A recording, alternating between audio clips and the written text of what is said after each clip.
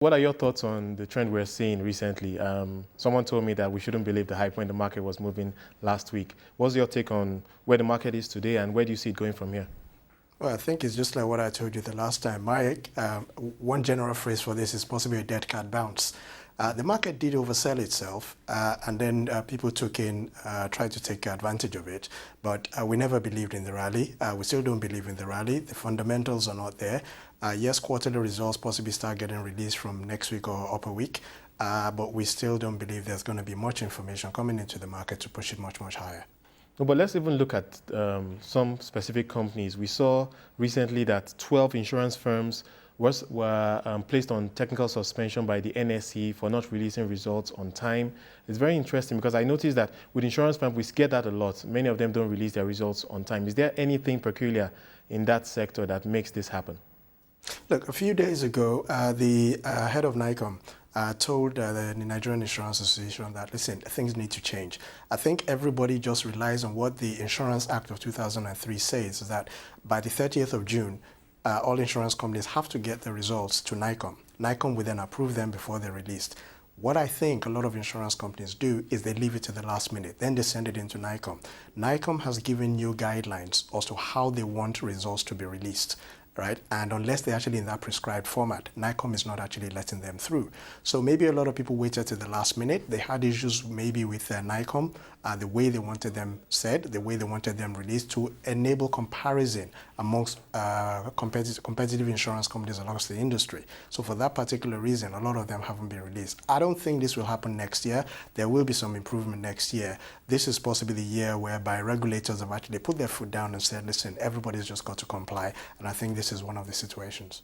Now let's look at the market's rally. We've seen that the non-banking stocks are the ones that have really led the market. The banks are pretty much flat year to date. We have stocks like Dangote Flour, Dangote Sugar, Nestle being in the spotlight recently. I mean, Nestle, for instance, is hit 360 Naira recently. Obviously the highest price stock in the market. Do you still see value in the non-banking sector, particularly with Nestle? There's a difference between price and value. Now, the thing about Nestle is it pays out between 90 and 100% of its income every year.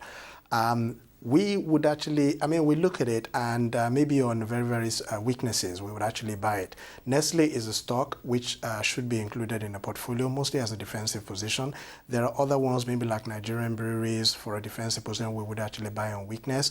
But as we manage these things on a portfolio basis, Dangote Sugar, Dangote Flour, same thing, you look at them. But I think the problem has actually generally been because there have been challenges within the banking sector. A lot of people have actually shied away from it. For that reason, I've moved into the defensive sectors, and they've just basically pushed up most of these prices. People need to be careful. As I said, watch the fundamentals. You will always get the highs and the lows, the dips, and so on and so forth. But generally, we still believe that the fundamentals are not there to continue to sustain this 5-day rally, which, as you see, fell again today. Okay, now let's look at asset allocation. If you had cash today, how will you allocate? Because we know that yields in the money market are very low. Bank deposit rates are close to historic lows. We know that bond yields, even though they have ticked up a bit, are still below inflation. And of course, everyone says that buy equities because there's long-term value. If you had cash today, how will you be playing it? You might be tempted to play the index game, maybe the first 10 stocks within the index. 39% of the index is made up of the banking stocks. Then you're followed by about the breweries and then the food and beverage sector. You certainly put some money in the latter two that I said, the food and beverage sector as well as breweries. Very selectively, you will choose a number of banks to actually put this in. But we would rather run a concentrated portfolio right now rather than throw darts at everything and choose as that was the case historically with a lot of investors. Now let's look at the, obviously, fourth quarter. Lots of news coming out. Key developments include the forensic audit of the NSC. We should see that result coming out soon. Obviously, we have AMCON coming into play, hopefully within a few weeks. Then, of course, we have bank earnings season coming into play. Do any of these things sound like a catalyst for you in any way? Not necessarily. We've had the AMCON story repeat itself over and over. I actually also believe that maybe the issue of selecting the board of AMCON possibly just drove this market from the low point that it actually reached. From a point of view of is any of this news going to drive the market? Maybe, maybe not.